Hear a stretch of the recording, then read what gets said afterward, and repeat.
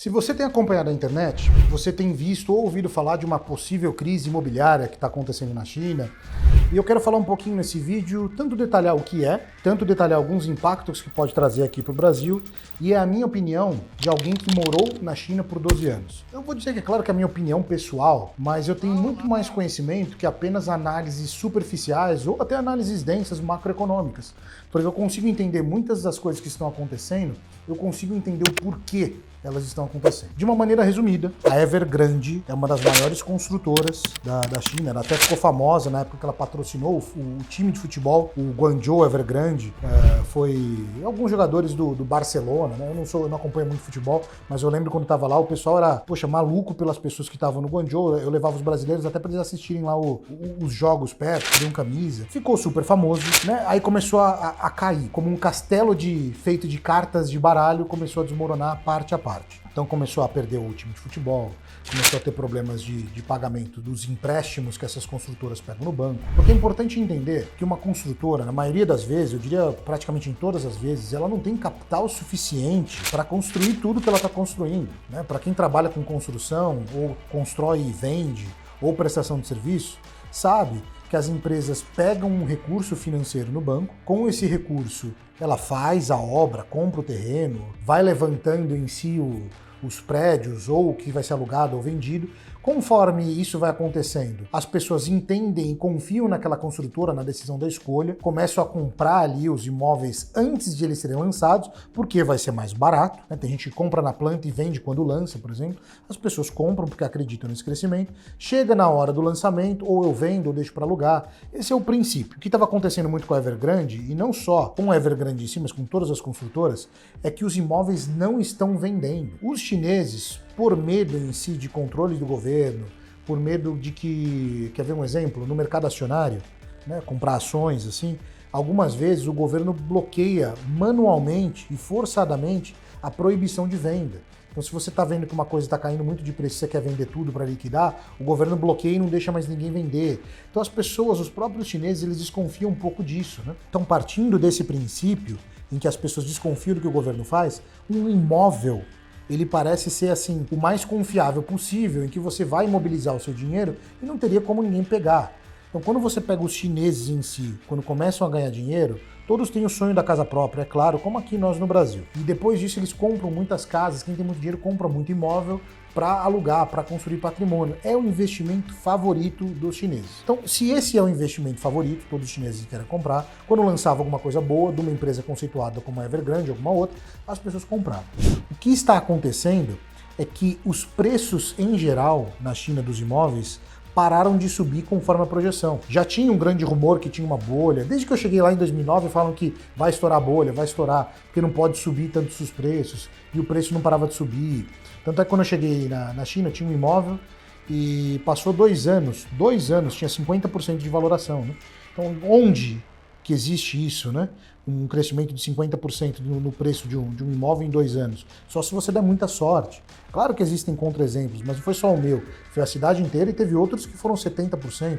É algo fora do comum. Então, quando você pega esse exemplo, que as pessoas não estão mais consumindo tanto, principalmente pós-pandemia, né? A China nem está mais divulgando a taxa de desemprego. Então, se você não está divulgando a taxa oficial de desemprego do país, é muito provável que ela esteja muito alta, né? Porque tanto é que os últimos números que eles estavam divulgando publicamente, algumas cidades o desemprego estava batendo mais de 20% nos jovens.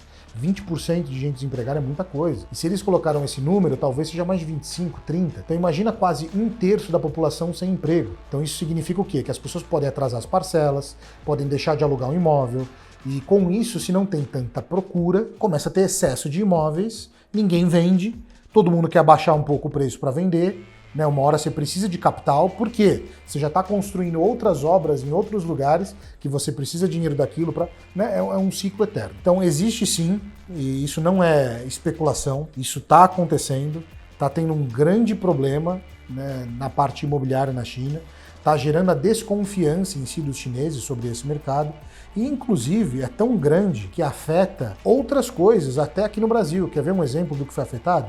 As ações da Vale. Então a Vale pode sim começar a perder valor, tanto de mercado como de ações, né? As ações podem cair, porque ela vai parar de exportar minérios. Não vai parar, mas vai reduzir o volume que exporta porque as construções estão sendo reduzidas. Então, se o setor da construção depende muito de ferro, aço, né, e outros, vamos falar assim, outros minérios, a China importa isso, produz na China, não só pega a matéria-prima, produz o produto em si e usa nas construções. Só que se não tem construção, o setor de construção está em baixa, logo isso vai acontecer. E quando a população chinesa parar, vamos falar assim, de consumir esses imóveis como já está acontecendo e aumentar essa perda, cara, os impactos são muito grandes, porque tem muito dinheiro, mas muito dinheiro parado em imóveis, né? É uma cadeia muito grande, desde a compra da matéria-prima, o crédito do banco, gente que não vai pagar e assim vai. Quer ver um exemplo próximo do que aconteceu, muito parecido?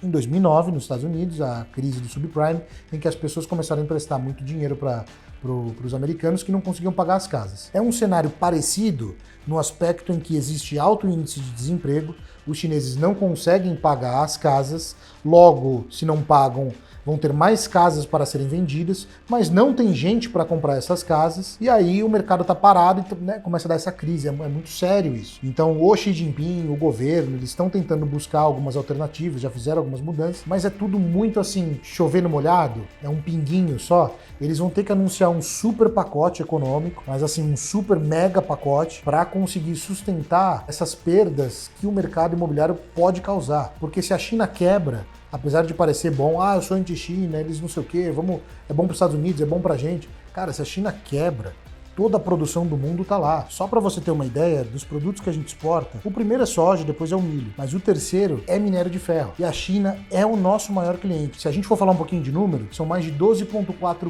bilhões de dólares só em um mês. Então imagina isso de receita, o quanto isso pode impactar para as nossas exportações, para a economia aqui dentro também. Vocês lembram o que aconteceu na pandemia, que não tinha produto? Não tinha produto porque a China estava fechada. Não tem como você transferir imediatamente ou transferir em 2 anos a produção do mundo todo que está num país na China para o Brasil ou para um outro país.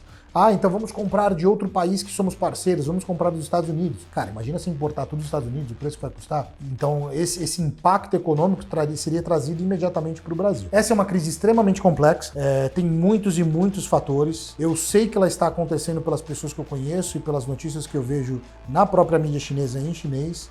É real, mas ainda a gente tem que esperar o que o governo chinês vai tomar de ação nesse super pacote, porque ele não pode deixar isso explodir. Se isso explodir, o impacto vai refletir totalmente aqui no Brasil, nos Estados Unidos, no mundo todo. Pode ser uma nova crise mundial caso a China comece a ter problemas financeiros, que pode ser só uma faísca causada por esses imóveis.